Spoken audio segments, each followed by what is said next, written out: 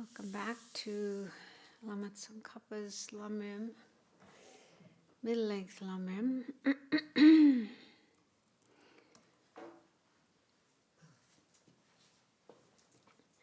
So we'll recite the prayers, then do a little bit of meditation on something from the last class, or last few classes.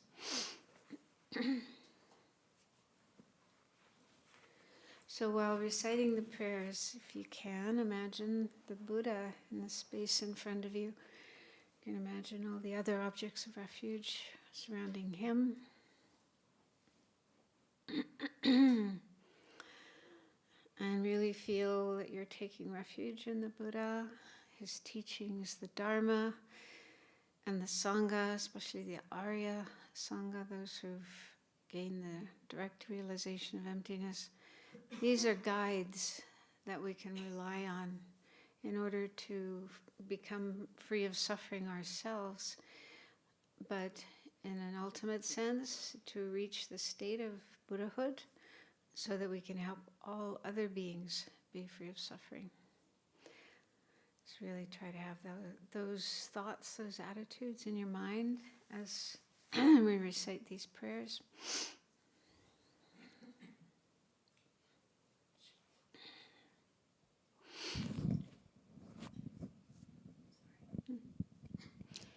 Yeah, Venerable Sangya said she has to go to the doctor.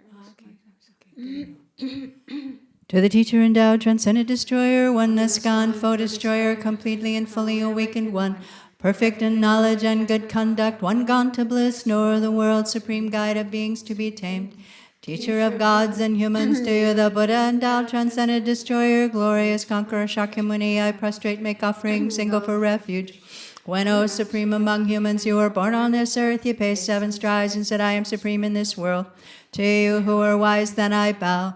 With pure bodies formed supremely fine, wisdom ocean like a golden mountain, fame that blazes in the 3 worlds, winner of the best supreme guide, to you I bow. With a supreme science, face like a spotless moon, color like gold, to you I bow. You are immaculate, the 3 worlds are not incomparable, wise one, to you I bow. Great compassionate protector, all-knowing teacher, field of merit and good qualities, vast as an ocean, to the Tathagata I bow.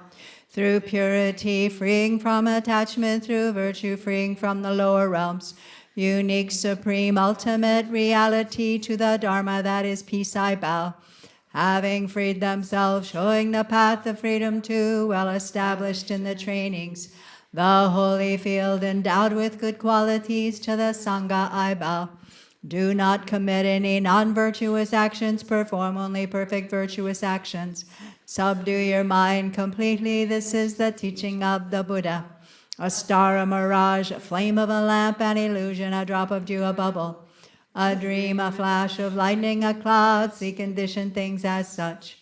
Through this merit may sentient beings attain the state of all-seeing, subdue the foe of faults, and be delivered from the ocean of cyclic existence, perturbed by the waves of aging, sickness, and death.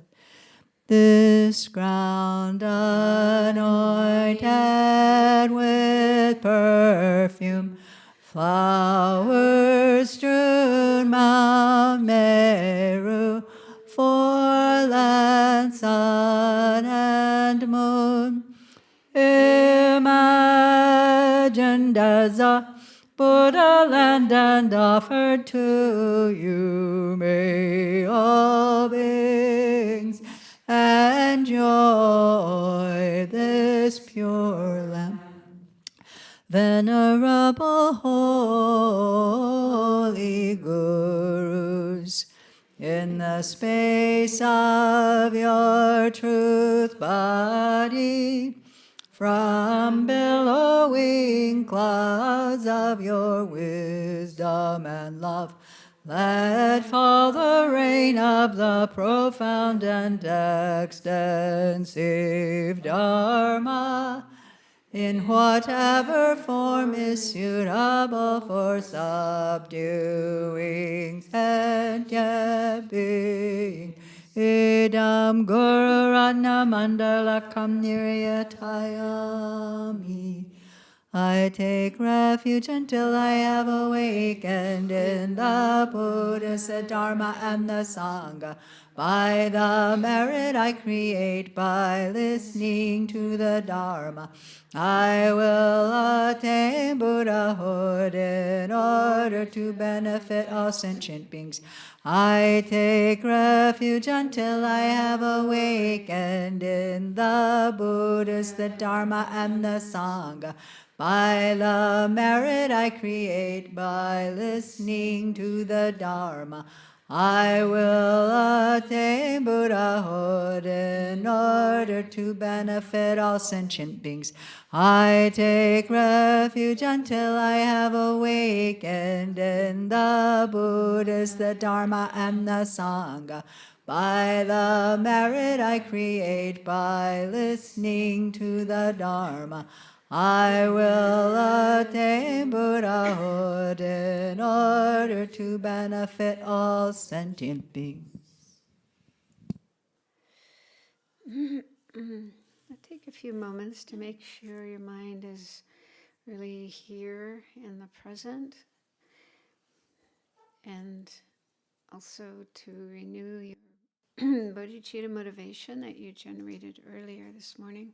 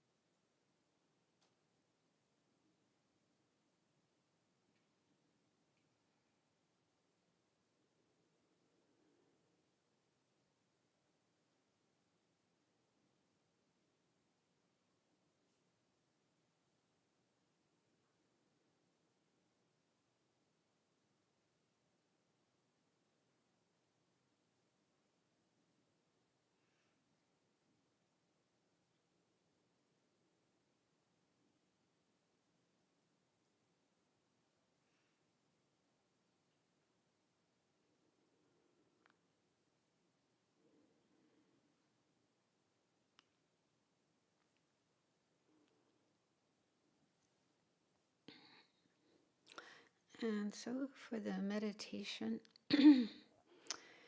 some time ago we looked at the prerequisites for attaining shamatha, and two of those were having few desires and contentment. And they're similar, but the first one, having few desires, means being free of lots of desires for things that we don't have, thinking of things we don't have and wanting them.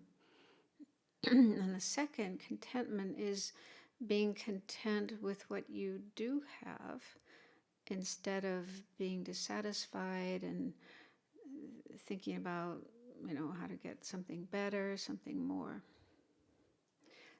So, to be able to have these prerequisites, we need to learn how to manage desire, attachment, because that's what lies behind them.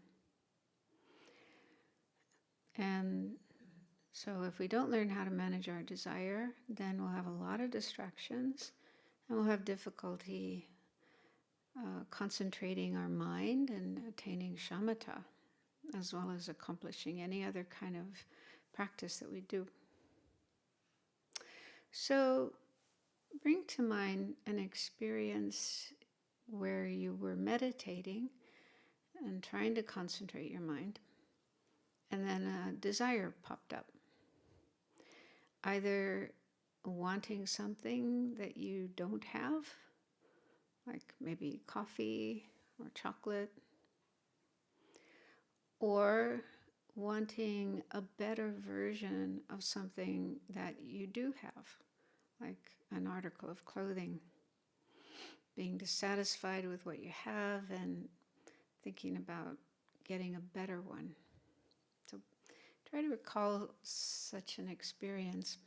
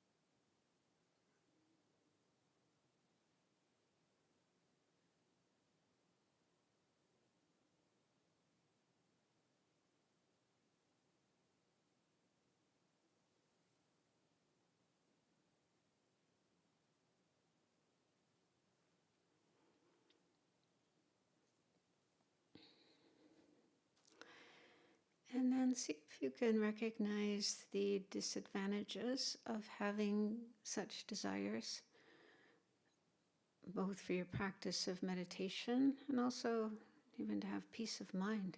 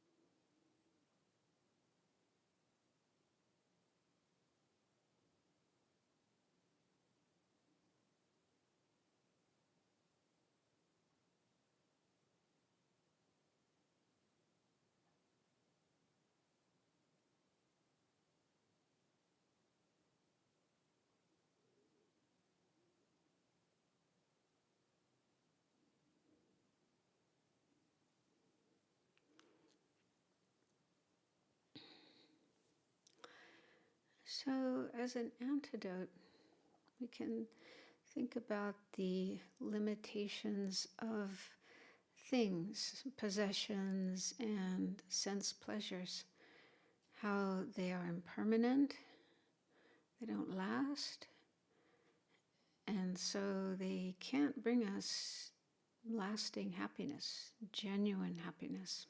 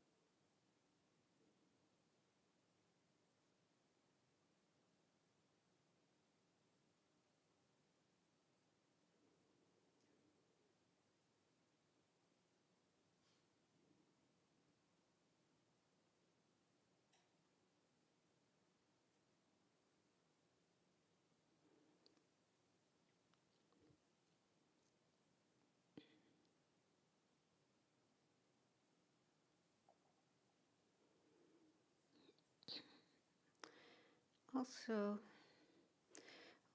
one day we're going to die. It could even be today. And when we die, We have to leave everything behind. We can't take any of our possessions, any sense pleasures with us to the next life.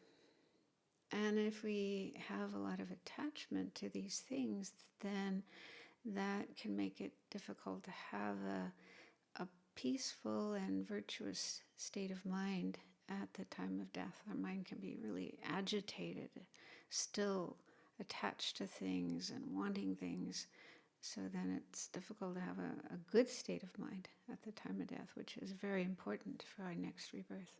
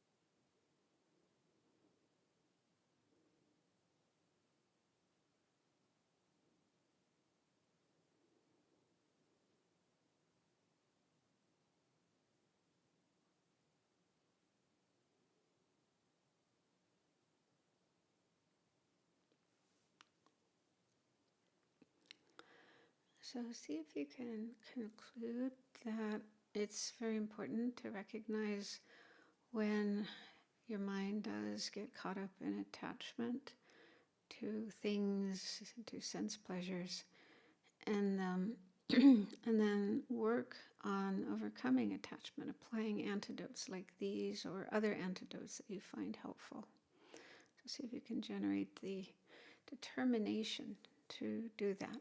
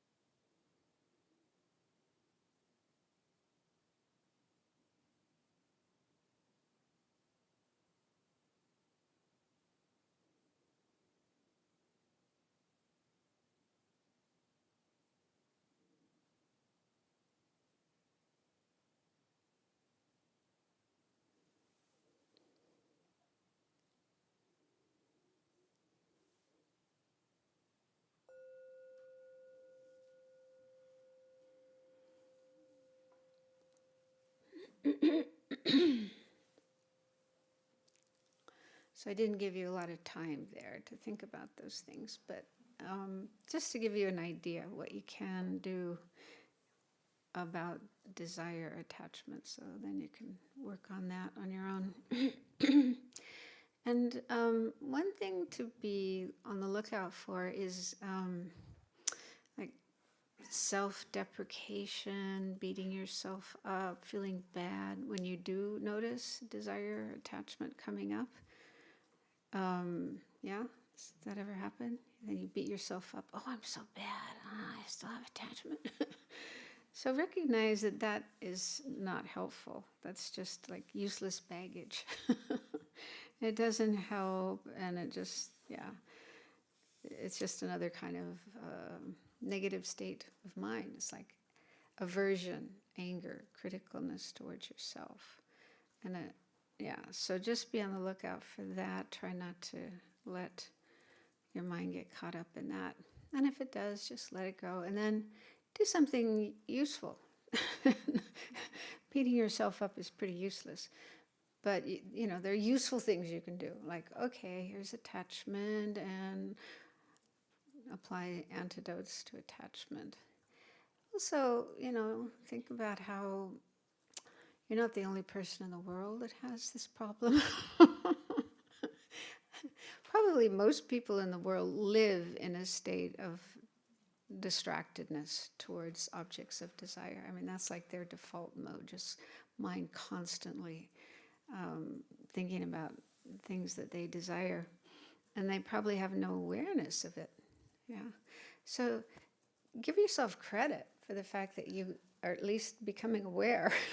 You're noticing how prolific this problem is, how much desire and attachment there are, and that you've learned methods for working on it, so you can at least recognize and decrease, overcome.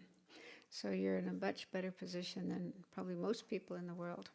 So that can help you have compassion for everyone else and how much suffering they have, and creating the cause for even more suffering, keeping themselves in samsara. So transform that into compassion for others and the wish to work on your own mind so that you can help others do the same.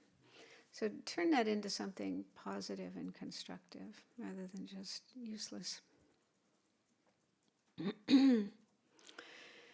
Okay, so I just want to make some amendment to something I said last week regarding a question that Venerable Chuni asked about cultivating shamatha. And when, like, you know, we do so many different practices, deity practices and so on, and like, how do you know which object or deity to focus on for your cultivation of shamatha? And I said something like, you know, when you want to develop shamatha, you really just choose one object and focus on that and do a retreat on that. And then afterwards I thought, well, actually, tantric practitioners, somebody who's seriously practicing tantra, would cultivate shamatha in a retreat situation on a deity. So let's say a person's main practice is thousand-arm Chenrezig, and they're in a retreat doing that practice a number of times every day, doing the sadhana of a thousand-arm Chenrezig every day. So at a certain point in the sadhana, after visualizing the deity, all the details of the deity, you're supposed to stop and spend some time just concentrating on that and cultivate shamatha with that as your object. So that's how you would do it, yeah, in the context of Tantra, Vajrayana. Yeah, so I don't know exactly what I said last week, but I may have made it sound like, you know, you don't cultivate shamatha with deities. Yeah, so I realized that's not completely correct. Depends on whether you're mainly practicing sutra or tantra. So here what we're looking at is how you cultivate shamatha in a sutra context, using image of the Buddha or the breath or loving kindness. But in tantra, if you've received the initiation and you're doing a deity of tantra, then that's when you cultivate shamatha, using that, the visualization of that deity. And sometimes there's a whole mandala, lots of different details, much more than the Buddha. Is that clear? Just wanted to clarify that. So we will continue where we left off. Page 296. Mm-hmm.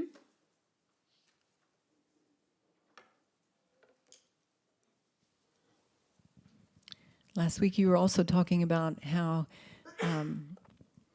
in the Tibetan tradition, Geshis will teach all these different objects that one can focus on for shamatha, but then they'll say, but it's best to focus on the image of a Buddha. And And I'm wondering, can you think of any resources for learning more about doing that and how one would actually, there must be stages, just like there's stages of cultivating focus on the breath. And I'm just wondering, I'm trying to do it, and I'm finding I'm having all sorts of questions come up, and so I'm wondering if You're there's... trying to do what? Create some concentration by focusing on an image of Buddha Shakyamuni. So, more information on how to do that. Yep. The Lamrim Chenmo has more information, I think, than this book, and talks about, the difficulties you might have in the beginning and how to overcome those. I haven't come across, as far as I can remember, stage by stage, how you go through the different stages with the image of the Buddha. I haven't come across specific information about that I can remember. If I think of something, I'll let you know, but yeah.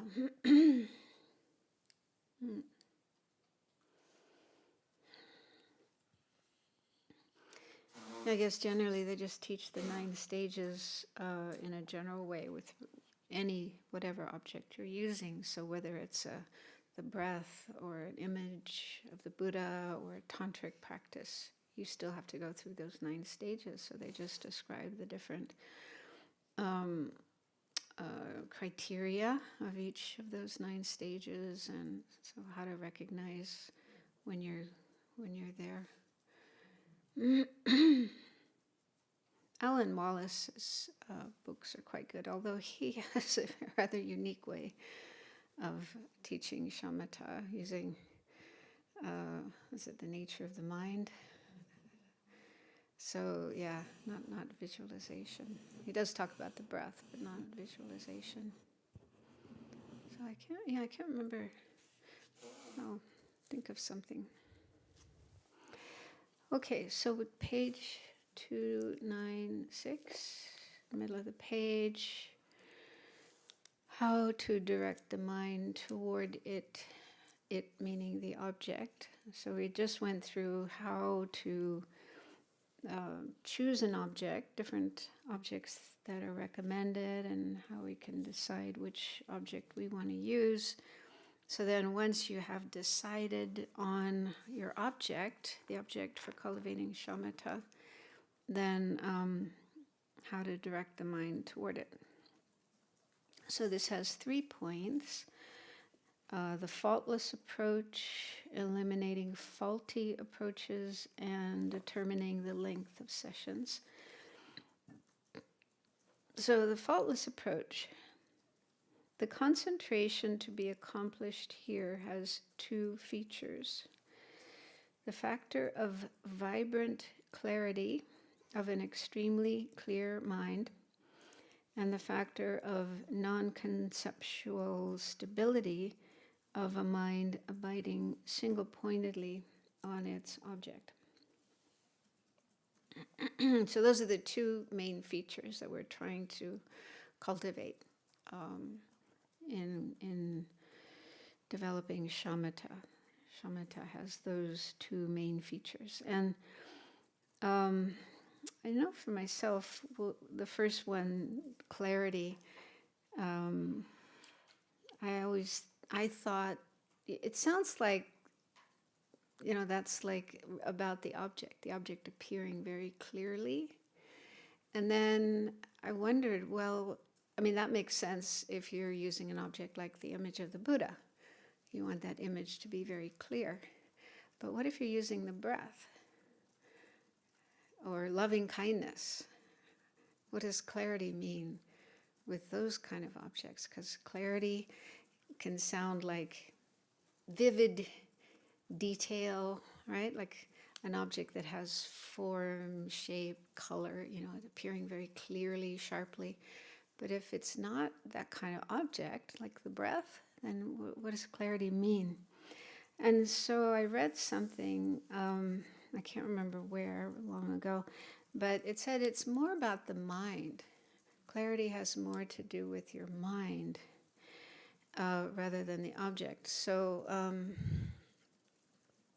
in Geshe Sopa's commentary, volume 4, page 83, he says, mental clarity is an awareness that is absolutely precise and lucid with regard to its object.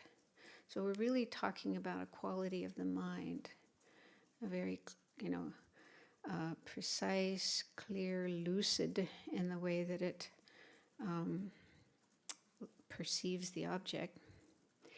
And also in volume 4, on page 190, it says, clarity is vibrancy of the subject, the meditating mind, apprehending the object.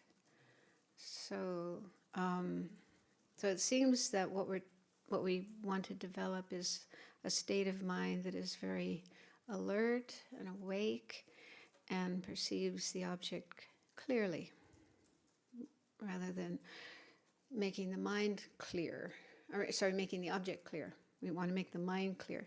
But I think if we make the mind clear, the object will be clear. But clarity of the object doesn't mean,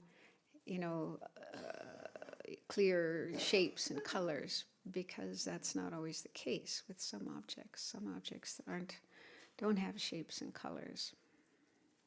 But if your mind is very clear and awake and alert, then your object will appear in a clear way.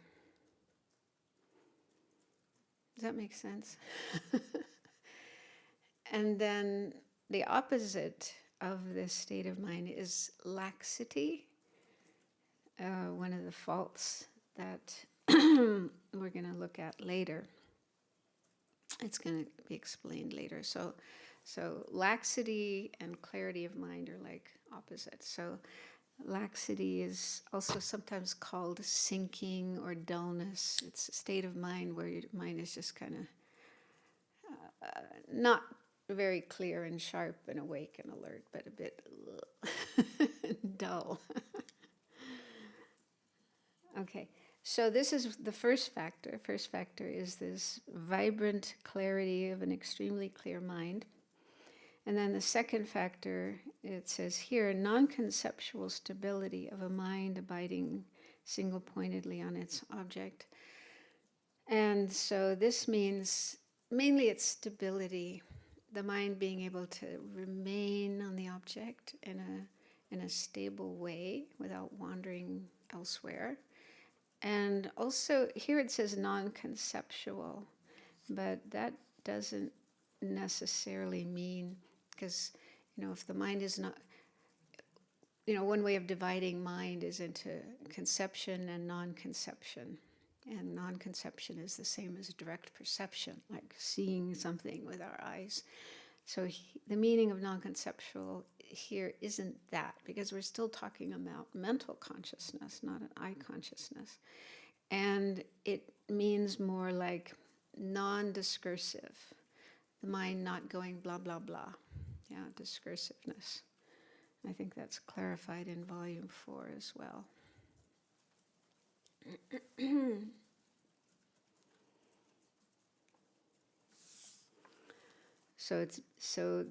The second factor then is being able to keep the mind on the object and keep it shut.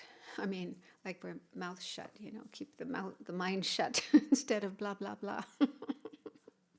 I was thinking of, partly because of this time of year, when I was a kid, we would watch these parades on TV. There's the Thanksgiving Day parade in New York City, and then there's the Rose Parade in Pasadena. I think that happens on New Year's, And there's these commentators that are constantly talking and telling you all these details about this float and that float and what's going on here and who's in the crowd and da-da-da.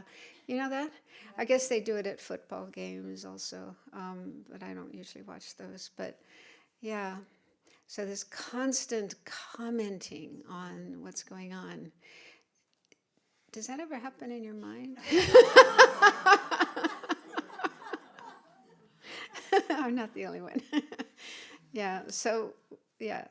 mind is just constantly making comments about whatever's going on, and going to the past and going to the future and making up stories, and just this constant blah, blah, blah, blah, blah.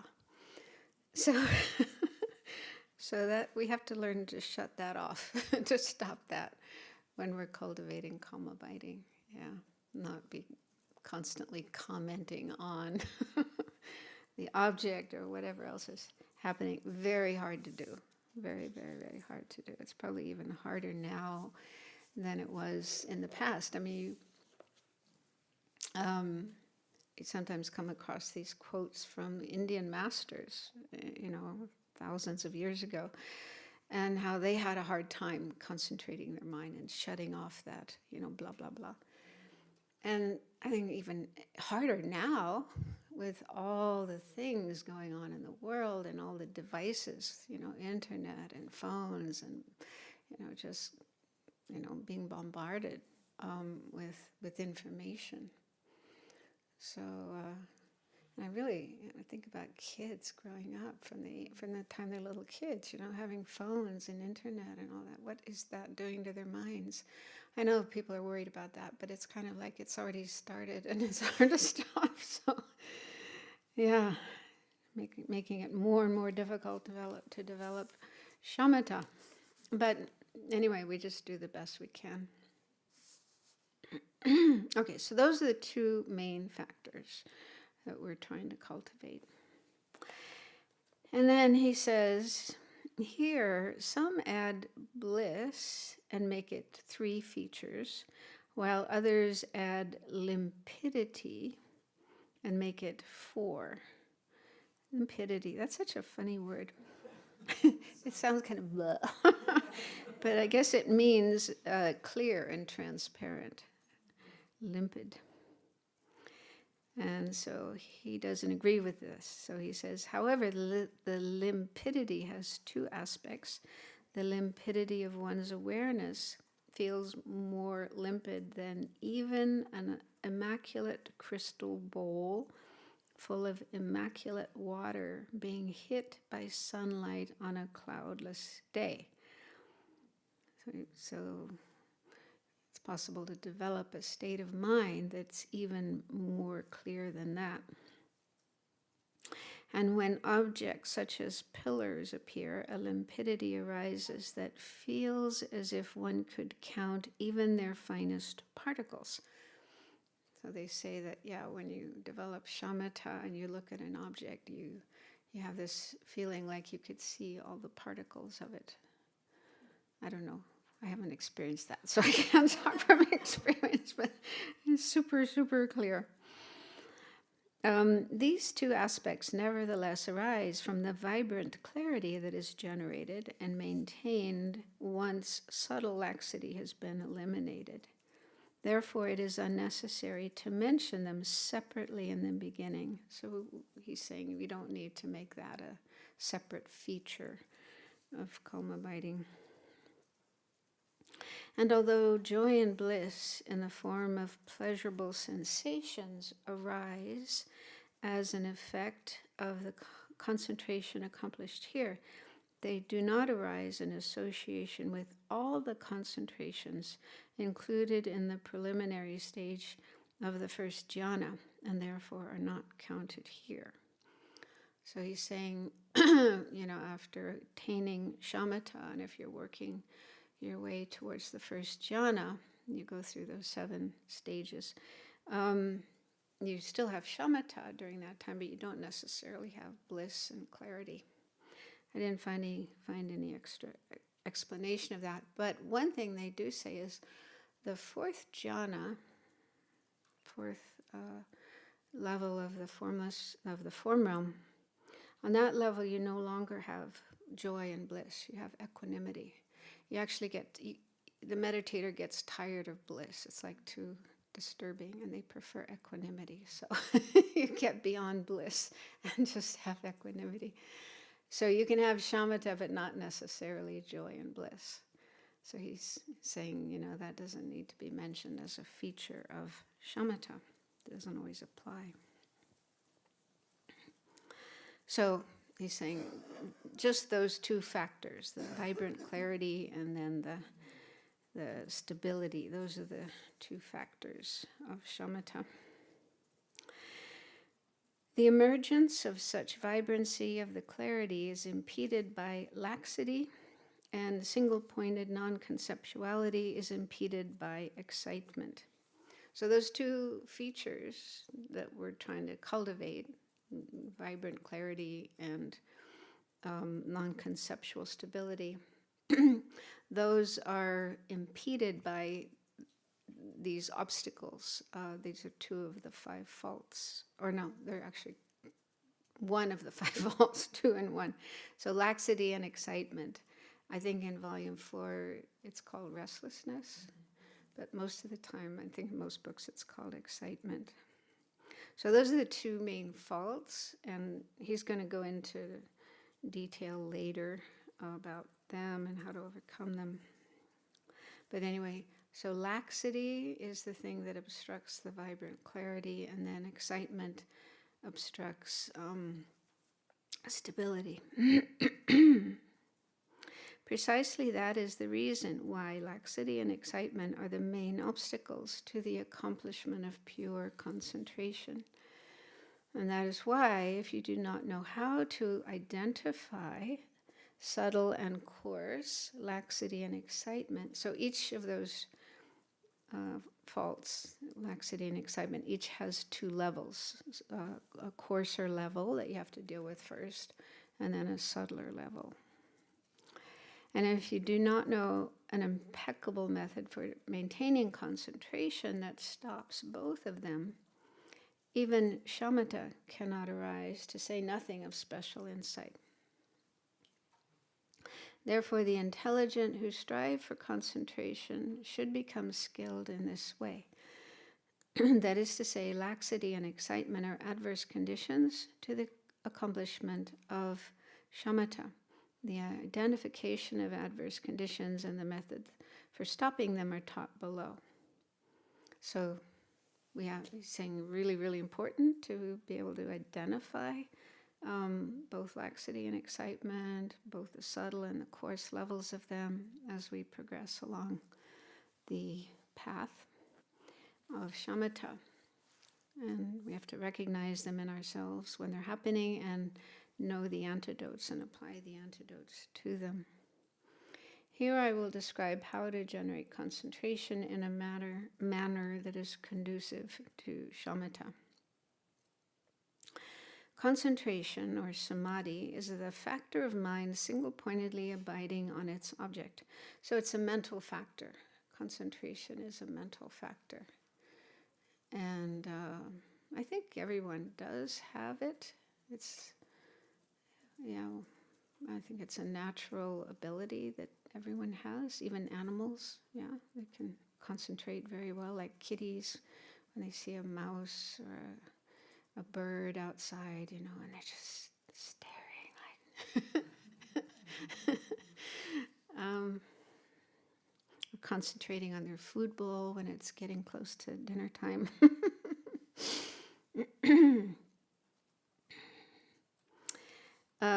So that's the meaning of concentration. It's being able to stay on the object continuously. But continuously can just mean 2 seconds, It doesn't mean a long time. But we all have the ability to stay concentrated for a short amount of time before the mind gets distracted. There are 2 requirements for that. A method for not letting the mind get distracted from its original object, and a precise awareness of whether it is actually distracted. The first is mindfulness, and the second is vigilance. And vigilance is also translated as introspective awareness, introspective alertness, also clear knowing. In the Pali tradition, the Theravada tradition, they have the same term, I don't know how to say it, samprajanya, and it's usually translated as clear knowing. So that's also a mental factor. So these are both mental factors. Mindfulness is one mental factor, and and introspective awareness is another mental factor. So we need to cultivate these. The commentary on Ornament for the Mahayana Sutras, which is by Vasubandhu, says, mindfulness and vigilance focus it, for one prevents the mind from scattering away from its object, and the second is fully aware of the mind scattering away. When mindfulness deteriorates and you forget the object, there is distraction and you lose the object immediately. Therefore, mindfulness that does not forget the object is the root. So mindfulness, the term mindfulness has different meanings. It doesn't always mean the same thing, even in the context of Buddhism, but also in the context of contemporary, meditation. Become very popular to talk about mindfulness. There's mindfulness magazines, mindfulness apps, and all these different courses on developing mindfulness in different ways. But I don't know if they have the same meaning as in Buddhism. But even in Buddhism, I've done a lot of exploration of this because I just found it really confusing. What exactly is mindfulness? And there are, even in Buddhism, different ways of explaining it. So it does apply differently. But here, in the context of calm abiding or shamatha, it means not forgetting the object. Being able to remember and not forget the object. That's the role of mindfulness. And it explains, this is how to direct the mind toward its object. As explained above, visualize the focal object. Then, once it appears, at least minimally, generate a forceful apprehension of the object with your consciousness. Having placed the mind firmly, keep it there without newly analyzing anything.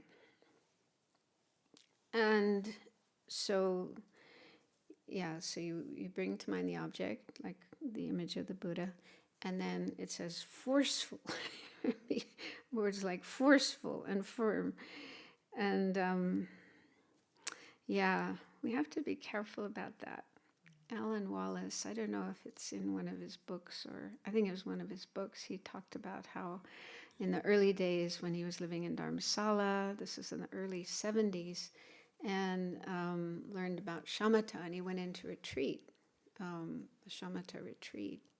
And I can't remember exactly what he said, but what I remember was, he took these terms very literally, forceful and tight and firm. And it sounds like he found it very counterproductive to have that kind of attitude. And he also said something like, culturally, we maybe not, this is a generalization, but, in the West, we tend to be we're already kind of tight. We're already very driven. What's that term? High achiever, right? You're high achiever, and we want to get there right away. And he says, culturally, like Tibetans, I've noticed this as well. They tend to be quite relaxed and easygoing, right? And maybe Indians as well. So these texts that we have are coming from a different culture, different time and different culture. Yeah. So maybe for people in Tibet, people in India, they needed this kind of terminology: be forceful, be tight,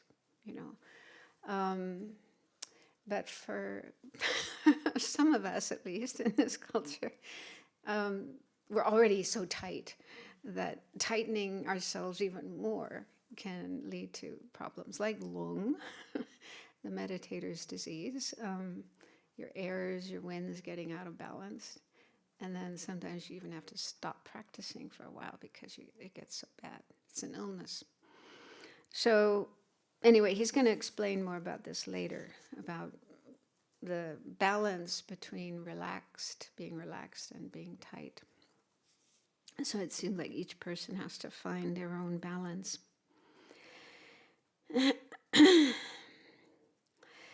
Okay, so then as an explanation of mindfulness, the compendium of Abhidharma, a Sangha, this text, says that mindfulness has three features. What is mindfulness? A mind that is not forgetful, that has a familiar object, and that functions without distraction. So these are the three features of mindfulness. So then it says the objective aspect is that it has a familiar object, since mindfulness does not arise with respect to a hitherto unfamiliar object. In this context, it is the appearance of an object of attention that was previously ascertained.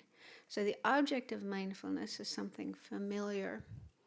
Although I heard Geshe Kelsang Wangmo say, you know, it doesn't have to be long familiarity, like even 1 second before, you see the object 1 second before, and the next second it already is a familiar object. So, but it's something familiar, something that we know, we've already experienced. And then the second feature is the subjective aspect. Its apprehension is a mind that is not forgetful, a mind that does not forget the object. In this context, it does not forget the focal object. So mindfulness means you don't forget that familiar object. You keep it in mind. The way the mind does not forget is not the mere ability to remember. When others inquire and you are made to think about it, that your guru taught the object of attention is like this. Rather, it is the way the mind tied to the object is directly mindful of it and is not distracted even in the slightest.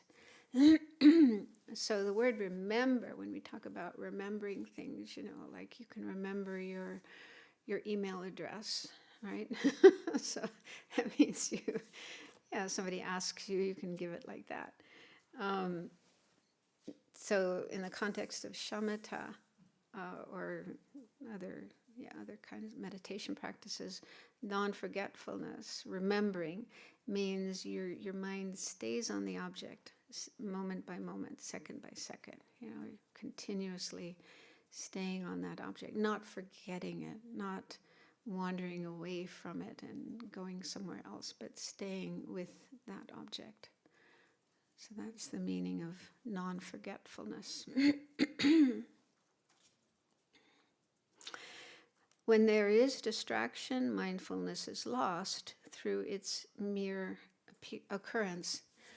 So the way to know if you have mindfulness is if you start, visualizing the Buddha or watching the breath, and maybe 2 seconds, 3 seconds, you're able to stay on that object, and then your mind starts thinking about something else, what to cook for lunch, or a conversation you had earlier, or anything other than your meditation object.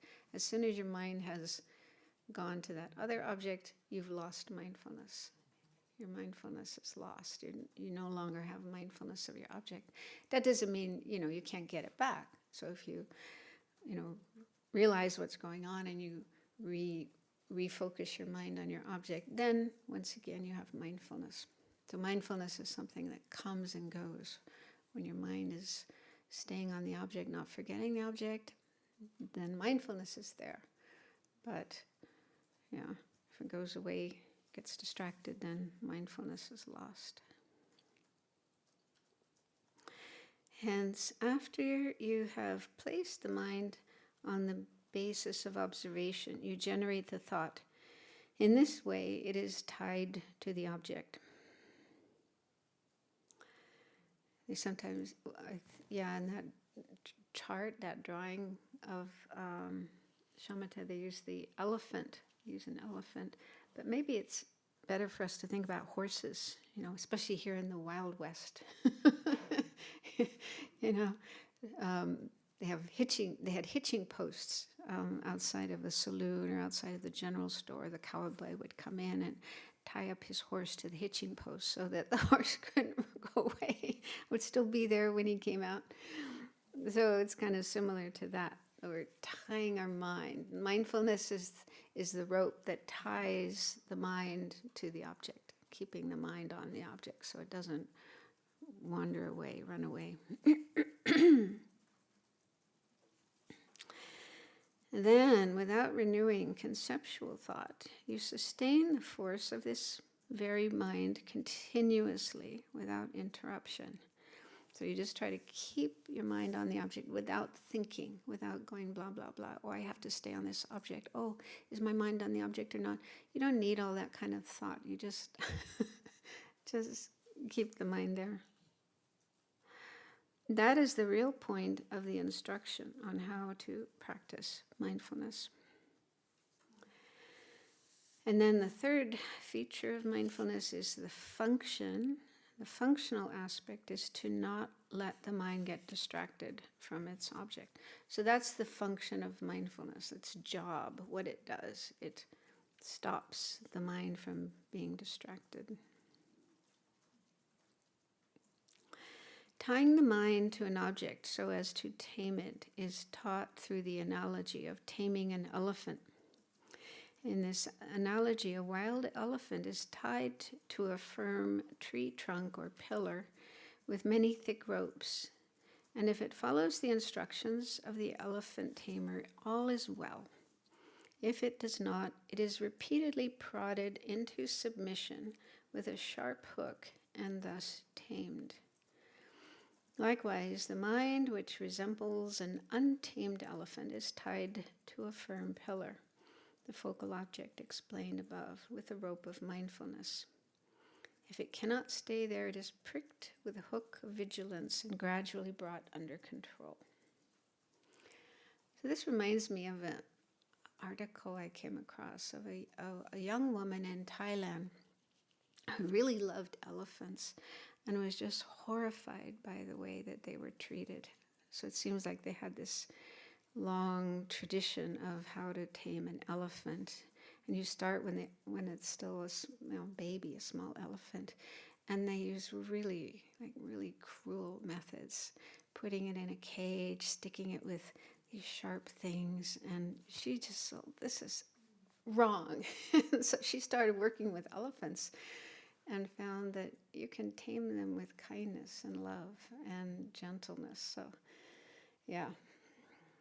Anyway, I don't know whether that applies to the mind or not, but I think, again, we have to be careful, yeah? If we take this kind of teaching too literally and we are hard on ourselves, hard on our mind, and feel like, yeah, we have to be like these elephant tamers of old, and still now in some countries, then maybe it's suitable for some people. Maybe for some people that kind of approach helps, but maybe for others it's, again, counterproductive. So we have to find a way that works for us, for our mind. Essence of the Middle Way says, the errant elephant of the mind is firmly tied with a rope of mindfulness to a stable pillar, the focal object, and gradually ruled with a hook of wisdom.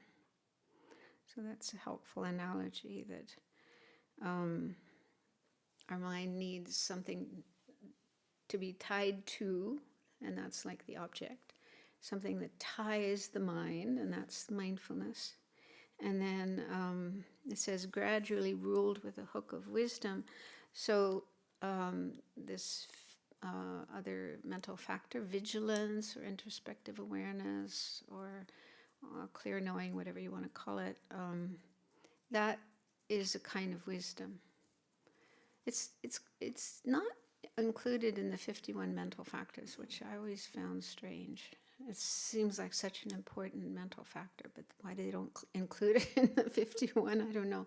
But they always say, oh, it's a kind of wisdom, meaning sharab or prajna. It's that type of mind, but it's still seems to be a distinct mental factor. So that has a kind of intelligence. And it's able to recognize what's going on in the mind. if the mind is doing what it's supposed to be doing or not. So in that way, there's intelligence there, or wisdom there. And the second stages of meditation says, with the ropes of mindfulness and vigilance, tie the elephant of the mind to that very tree trunk of the focal object. It is said that concentration is accomplished in reliance upon mindfulness, and that, like a rope, mindfulness continuously ties the mind to the object. Therefore, the principal method for fostering the accomplishment of concentration is that of maintaining mindfulness. Yet, mindfulness apprehends its objects with an aspect of certainty. So when there's mindfulness in the mind, there's kind of certainty. And then he says, so if you maintain concentration and place the mind without a firm mind of certainty, you may gain the clarity of mental limpidity, but the clarity associated with the vibrancy of the mind of certainty does not emerge. As a result, powerful mindfulness does not arise, and since subtle laxity is not stopped either, the concentration becomes faulty. So here he seems to be commenting on how in I guess some teachers or some traditions, probably at his time in Tibet and also now, who talk about the importance of having a relaxed mind. The mind needs to be relaxed. And so what he's saying here is if you're too relaxed, if you relax too much, then you lack this certainty. You won't have this quality of certainty. And you might gain clarity. You might have a very, clear mind,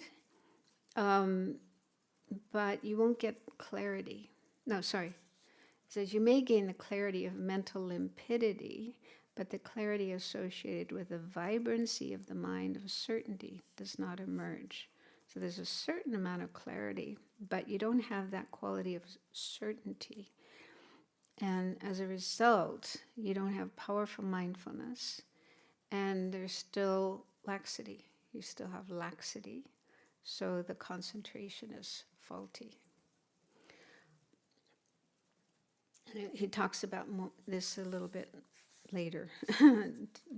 So if it's not clear yet, it'll get clear later. But I think he doesn't agree with the mind being too relaxed. Yeah, too much relaxation can lead to or maintain laxity. So there's still laxity in the mind. And as long as there's still laxity, that fault, then you won't be able to get this really vibrant clarity that is needed as one of the main factors for concentration.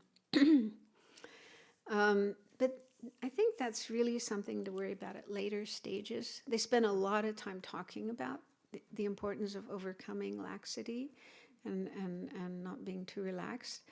But but it seems, my understanding is that you don't worry about that in the beginning. He already said that earlier. He said in the beginning, strive for stability. Don't worry so much about the clarity of the object, but strive for stability. Try to keep your mind stable on the object, not wandering all over the place. So strive for stability. And then once you have stability, then you can work on the factor of clarity. So I think it's only after you've reached, one of the later stages, 5 or 6 of the 9 stages, that you really have to worry about subtle laxity and deal with that.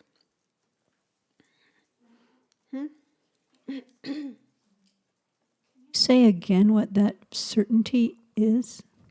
Certain of what? Yeah, I think this might be the first time when he introduces that term.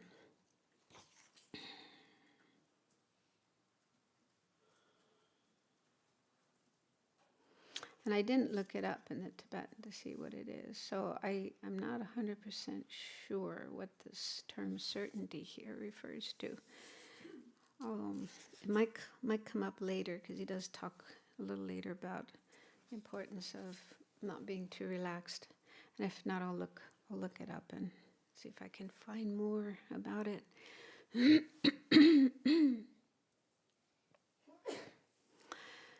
Then, even someone who maintains mere non-conceptuality of the mind without placing it on any other object of attention, such as a deity's body, should remind himself, I will place the mind without conceiving of any object whatsoever, and then prevent the mind from scattering and being distracted. So I think here he's talking about, in Tibet, maybe it's Dzogchen, Mahamudra, the practice where you don't have an object like the body of a deity, but what's called a mere non-conceptuality of the mind. So just like the mere, maybe the nature of the mind. Geshe Zopa says it's a mind without discursiveness. So developing that non-discursive state of mind and then using that as the object for developing shamatha. So he said, even in that case, if you're using that kind of object, you should still, keep your mind focused on that, not let your mind get distracted. Since this non-distraction is also synonymous with mindfulness that does not forget the object, he does not deviate from the above method of maintaining mindfulness. Therefore, someone who meditates in this manner applies a mindfulness powerful enough to produce an ascertaining consciousness. So, he's saying, so even he doesn't mention the term Dzogchen, but I think he's talking about that kind of practice where you're focusing on just the mind itself, the nature of the mind, or the non-conceptual state of mind. You still need to have mindfulness and not let your mind get distracted elsewhere.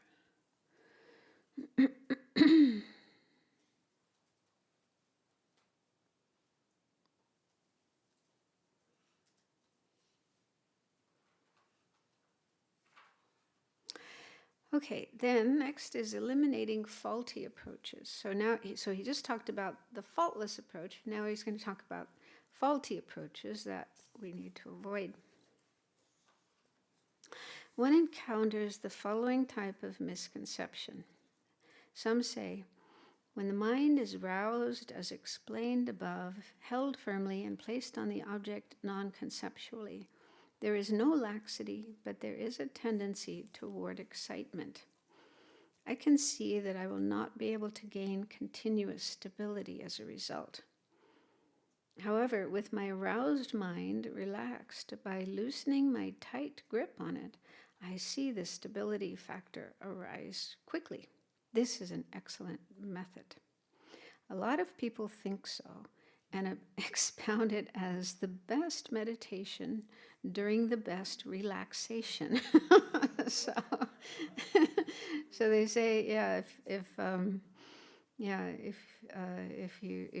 there's too much tightness and firmness, then excitement happens. The mind gets distracted, scattered, and so that impedes stability. But if I relax and don't have this tight grip on my mind, then I get stability. This is the way to go. So important to relax. Okay, so he's commenting on this. However, this position fails to distinguish laxity from meditation. So he's saying that, in this situation, you probably do have laxity, the fault of laxity, and you don't realize it. And they say you can meditate a long time in that state and not overcome laxity, and then you won't actually attain shamatha. As explained above, faultless concentration requires two features: stability of the non-conceptual mind, and is not in itself sufficient. So it's not enough just to have stability, non-discursiveness. You also need this vibrant clarity. If you think, when the mind has become confused and there is darkness, this is laxity. But otherwise, it is faultless concentration, because the clarity of mental limpidity is present. You clearly fail to distinguish lethargy from laxity. These will be elaborated below. So now he's introducing the term lethargy. And lethargy is a different term, something different from laxity. So he's saying people who think that, if my mind is stable on the object and not going blah, blah, blah, then, that is good concentration. But they're not distinguishing lethargy from laxity. So where he says here, the mind becoming confused and there is darkness, this is laxity. So I think that's actually lethargy. Lethargy is when the mind is kind of really, like after a big lunch, you're trying to meditate after lunch and your mind just goes dark and pretty soon you're falling asleep. There's no clarity and maybe not even focus on the object. You just start falling asleep. So that's lethargy. So lethargy is kind of more gross, more coarse, but laxity is more subtle. It's actually hard to recognize. Therefore, whenever your mind is held overly tight and made vibrant, clarity is present, but excitement predominates so that it is difficult for stability to arise. On the other hand, whenever you relax it a lot, while maintaining your meditation, stability is present, but laxity predominates, so that vibrant clarity is absent. It is difficult to maintain just the right amount of tightness and relaxation, and therefore it is difficult for concentration free from laxity and excitement to arise. And then he has these quotes from Chandra Goman, Indian master of the past, he wrote a commentary on the Bodhisattva vows, but this is another text that he wrote. He says, Chandra Goman in his praise of confession, when I apply exertion, excitement arises. Sinking occurs when I abandon it. By this, it is hard to get balanced engagement. So what should I do with my agitated mind? And when I focus with effort, excitement arises. However, when I relax it, sinking occurs. It is hard to find a practice midway between these. So what should I do with my agitated mind? He is saying that when you try hard to hold your mind tight, thus making an effort, there is excitement. So when you tighten up, trying to stay focused on the object, that can lead to excitement. What is excitement? What is restlessness?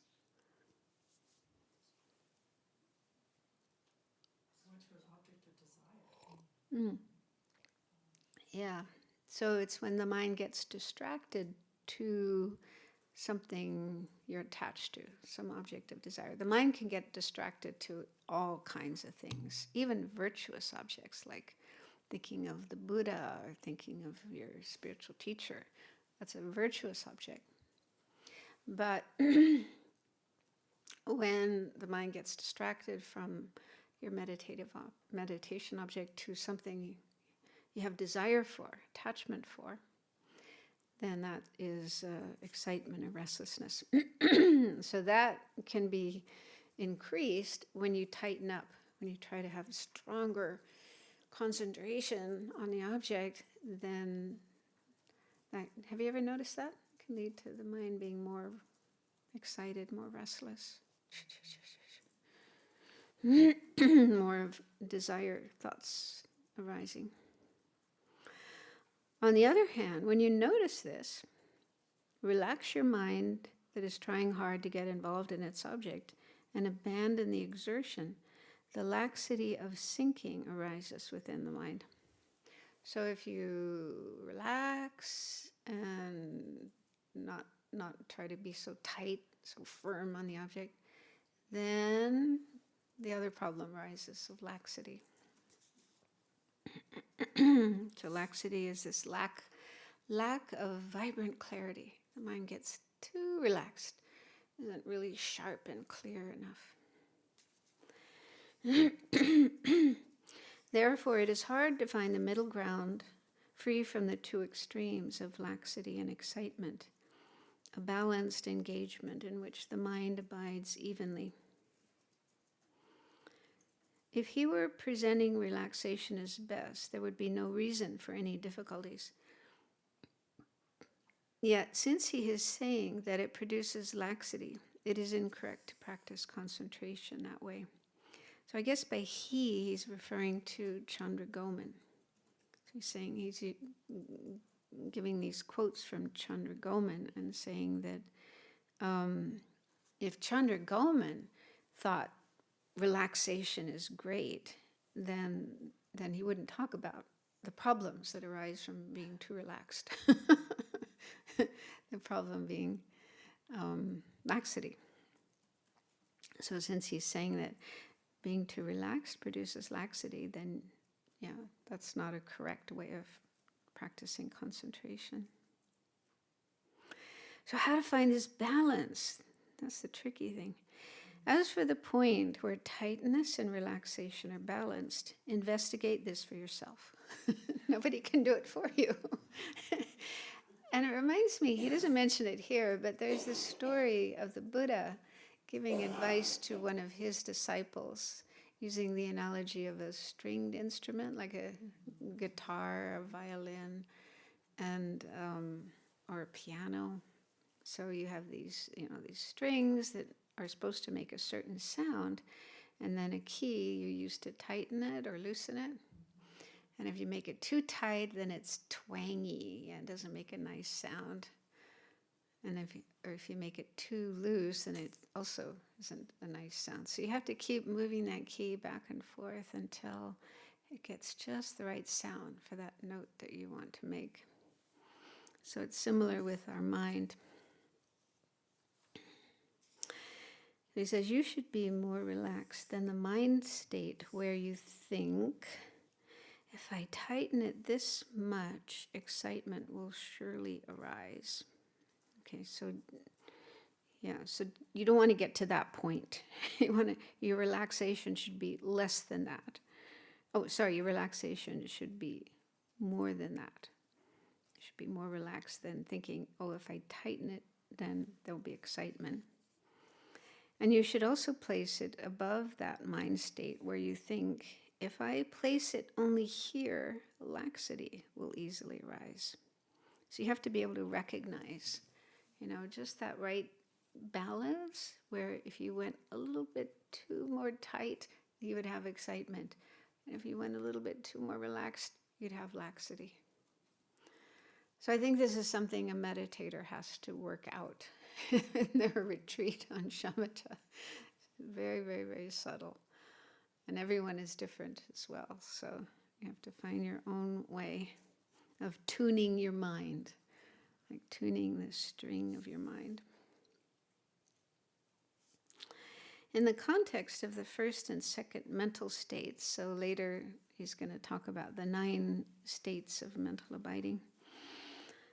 The Noble Asanga also says, that is to say, when placement and continuous placement are performed, there is mental attention that holds the object tight as it engages in it.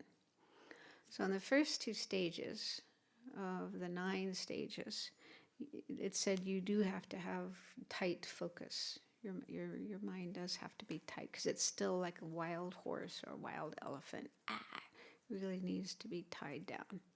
So you do have to have strong focus on the object. The first stages of meditation also instructs, eliminate laxity and hold the object tight. If you maintain your meditation without knowing the above method for applying mindfulness, then however much you meditate, you will acquire only a host of faults, great forgetfulness, a dulling of your wisdom that distinguishes among phenomena, and so forth. So it's really important to know this method for having the right balance in order to avoid both excitement or restlessness and laxity. Someone might wonder, well then, while mindfulness ties the mind to the object, is it appropriate to generate conceptual thought that observes whether the object is being held well? The second stages of meditation says that this is indeed what needs to be done. So actually thinking, saying to yourself, okay, is my mind doing what it's supposed to do or not?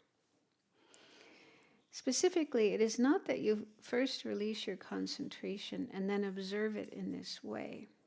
Rather, from within your placement and concentration, you merely observe whether the mind is still on the original focal object like before, and if not, whether it has become excited or lax.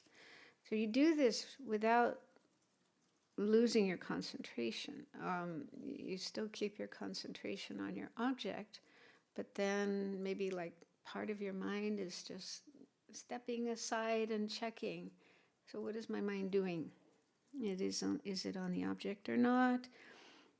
Or is it distracted? Or is there laxity? And not be doing that like every moment, just now and then. Once your mind is placed in concentration, you should observe it now and then at intervals neither too short nor too long. So when your concentration gets better, then you still need to check if your mind is on the object or not, if there's excitement or laxity. But, not do that constantly, but also not do it too, leave a long time in between checking that. Otherwise, your mind might be in one of these faulty states and you're not realizing it. If you do this before the force of the previous mind has been exhausted, it has the value that the mind will become vibrant again, that its vibrancy will last for a long time, and that laxity and excitement will be recognized quickly. So these are instructions that we just have to put into practice when we're doing shamatha, we're working on shamatha, for them to make sense to us, to avoid these faults. Maintaining the meditation like that, periodically recalling the original focal object, is also necessary as a cause for powerful, continuous mindfulness. That is why the method for maintaining mindfulness is set forth in Shravaka levels, and why it says the following in explanation of distinguishing the middle from the extremes. The statement, mindfulness is not forgetting the object, means for the mind to exhibit the instructions on placing the mind.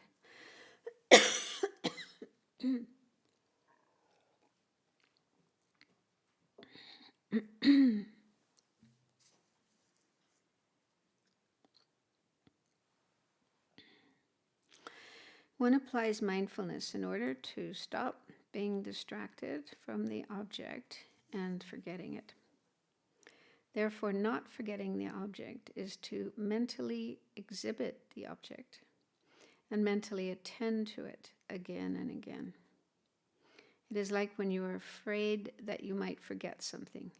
You recall it again and again, making it hard to forget. Write it on your hand. No, I'm joking. Yeah, so it's important, to realize that we need to not forget the object that we have decided to use for our cultivation of shamatha. So, you first have to really have this strong determination. I want to achieve shamatha.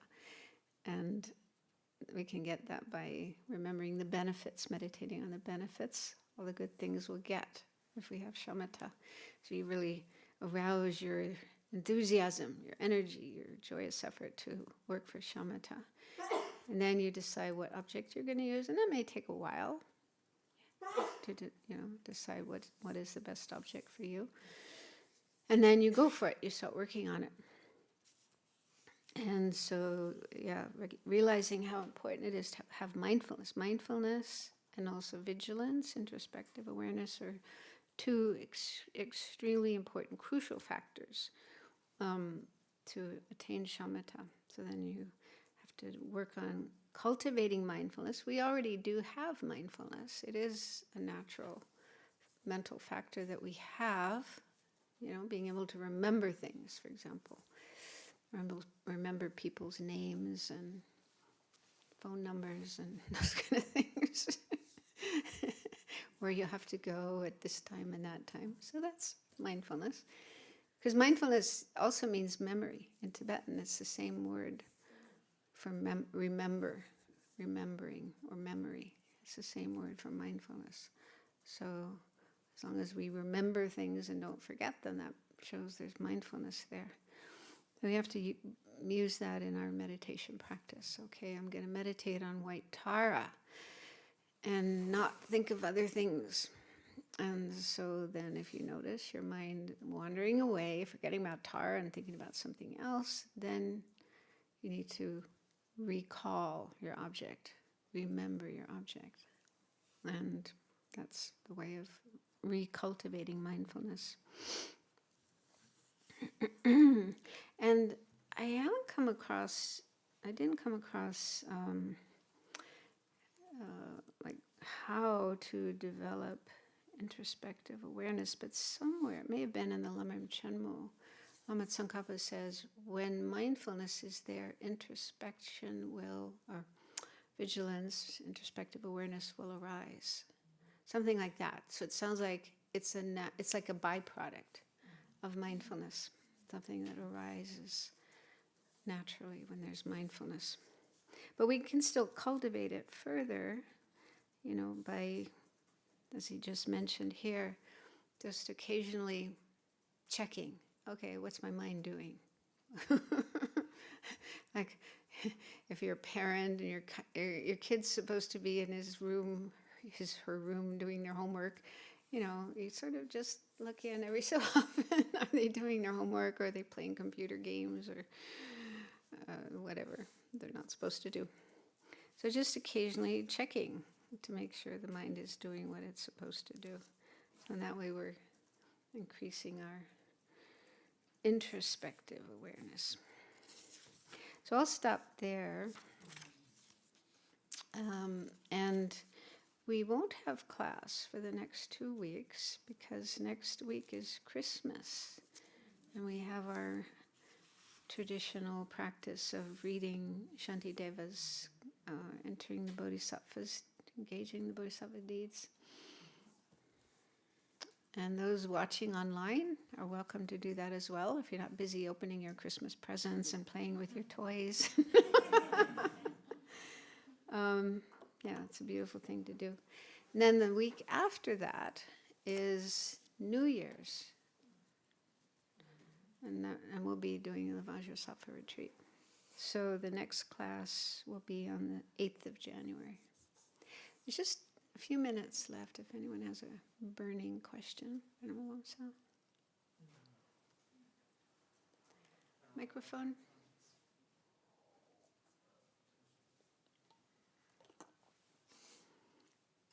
Venerable Losang is asking a question online. So, if we go back to page 299, the paragraph before... Wait, which page? 299.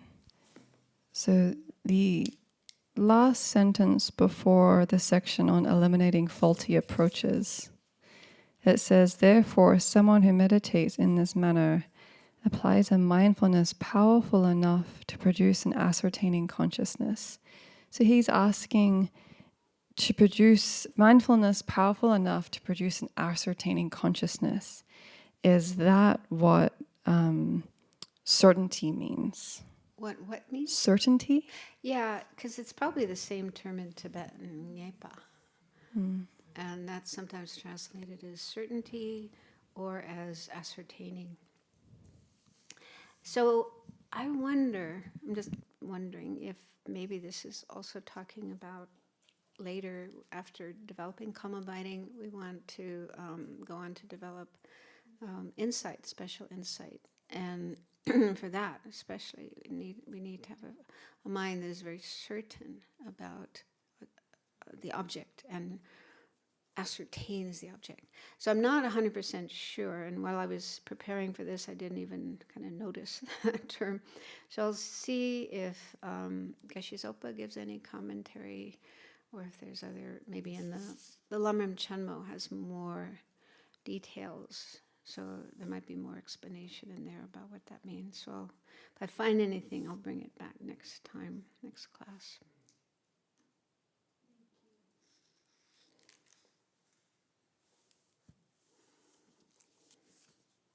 Just to note that we'll read chapter 9 on Shantideva with greater clarity and conviction. Sorry, what? We'll read chapter 9 when our Shantideva reading with greater clarity, conviction, and understanding. Oh, I see. On Out Christmas, of gratitude. On Christmas Day. I hope Yes. so. I hope all that effort made to understand chapter 9 will help us when we read it again on Christmas Day. Yeah. Okay. So we'll stop there and dedicate for the benefit of all sentient beings. May the spiritual teachers who lead me on the sacred path, and all spiritual friends who practice it, have long life. May I pacify completely all outer and inner hindrances. Grant such inspiration, I pray. May the lives of the venerable spiritual mentors be stable, and their virtuous actions spread in the 10 directions.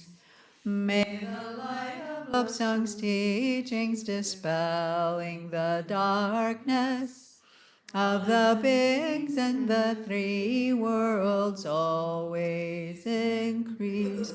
Idam Guru Ratna Mandala Kam Niryatayami. Due to this merit, may we soon attain the awakened state of Guru Buddha, that we may be able to liberate all sentient beings from their suffering. May the precious Bodhi mind not yet born arise and grow. May the born have no decline, but increase forevermore.